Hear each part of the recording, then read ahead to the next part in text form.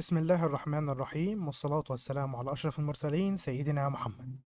النهاردة إن شاء الله هنحل أول لاب من لابات بورتسويجر، لاب Reflected XSS into HTML Context with Nothing Encoded. لاب سهلة وبسيطة وإن شاء الله نشرحها كويس وحضراتكم تفهموها بسهولة. في البداية قبل ما نخش على اللاب، انت طبعا عشان تعرف تحل اللاب دي لازم تكون عارف كام حاجة كده. لازم تكون عارف الكونتكست، يعني ايه واماكنهم والدنيا بتاعتهم، ولازم تكون عارف يعني ايه ريفلكتد اكس اس اس. طبعا انت قبل ما تيجي طبعا وتفكر تحل لازم اقل حاجه يعني تقرا الكلام المقاله بتاعت بورت سويجر عن يعني ايه اكس اس اس، وتقرا كمان يعني ايه ريفلكتد اكس اس اس. لازم دي تعرفها الاول، وبعد كده تيجي تتفرج على الفيديو او تحل اللابس بتاعتها.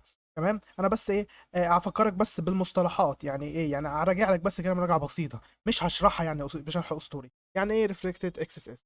ده نوع من انواع هجمات الاكس اس اس بيحصل لما المهاجم بيبعت كود جافا سكريبت خبيث جوه رابط اليو ار ال، ولما الضحيه بيفتح الرابط الموقع بيرد عليه بنفس الكود على طول وبيتم تنفيذه.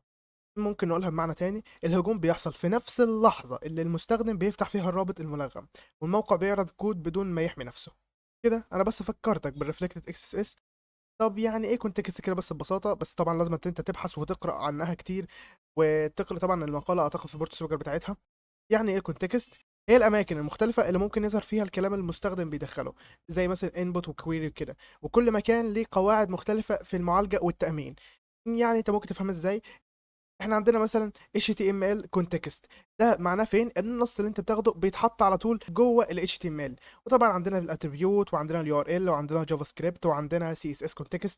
لازم كل واحده من دول تفهمها عشان تعرف لما النص انت بتكتبه او ايا يكن انت بتكتبه بيروح فين، عشان تعرف بعد كده تفك الحته دي وتعرف تلغي الفلتره وتشوف انت هتعمل ايه بالظبط، وتعرف تحل اللاب بتاعك او تعرف تجيب الاكس اس اس في الموقع. تعالوا بقى دلوقتي نخش على حل اللاب، ودي اللاب اللي احنا هنشتغل عليها. يعني احنا عايزين نجيب ريفلكتد اكسس في ال HTML كونتكست، ومفيش اي حاجه متشفره ومفيش حاجه هتزودنا.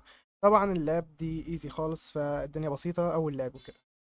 طبعا هو هنا بيقول لنا اللاب دي فيها اكسس اس ريفلكتد في السيرش، فاحنا هنروح نشوف السيرش، ولازم لما نستخدم alert، ما نستخدمش مثلا prompt ولا confirm ولا اي حاجه تانية. يلا دلوقتي نروح اللاب ونشوف ايه اللي هيحصل. تمام جدا، دلوقتي اللاب فتحت معانا.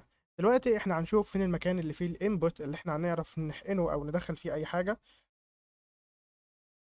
تمام جدا، اللاب دلوقتي فتحت معانا. دلوقتي احنا عايزين نشوف المكان اللي فيه الانبوت اللي احنا نعرف نستخدم ونحط فيه اي حاجه احنا عايزينها. هو برده كان قايلين اللي هو السيرش، فاحنا هنجرب دلوقتي نكتب اي حاجه في السيرش هنا. دلوقتي احنا عايزين نشوف الحته دي راحت فين بالظبط في الكود.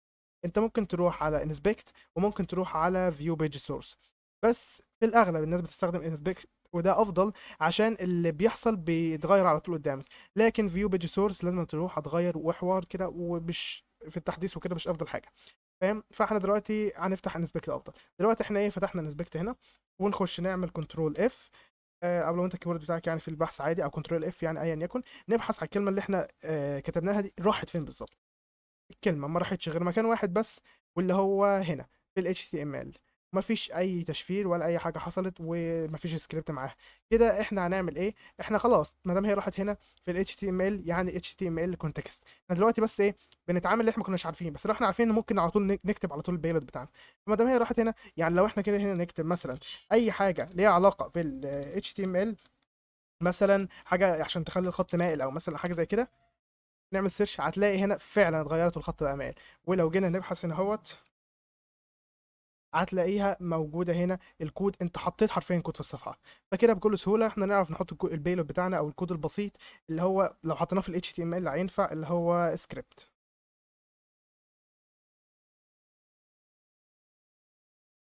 ودلوقتي كتبناه، المفروض لما نعمل سيرش دلوقتي الاليرت اشتغل واللاب اتحلت معانا. لاب بسيطه كانت بتتكلم على ال HTML context. واحنا طبعا الاول شفنا يعني ايه الكونتكست بتاع ال HTML، اللي انت تلاقي هنا الكود بيتحط، او اي حاجه بتكتبها بتروح على طول لل HTML من غير اي فلتره، فاحنا حطينا الكود راح لل HTML على طول واتنفذ. طب هو ليه اساسا البيلود اشتغل؟ عشان السيرفر او الموقع بياخد الكلام اللي احنا بنكتبه وبيحطه على طول في الصفحه مباشره، او بيوديه على طول للكود من غير ما يعمل له سكيب ولا انكودنج.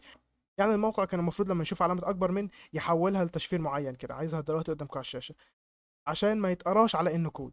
بس هو ما عملش كده، فبالتالي المتصفح قرا الكلام بتاعنا اللي هو بتاع الجافا سكريبت الفعلي وحطه جوه ال HTML ونفذه بكل سهوله.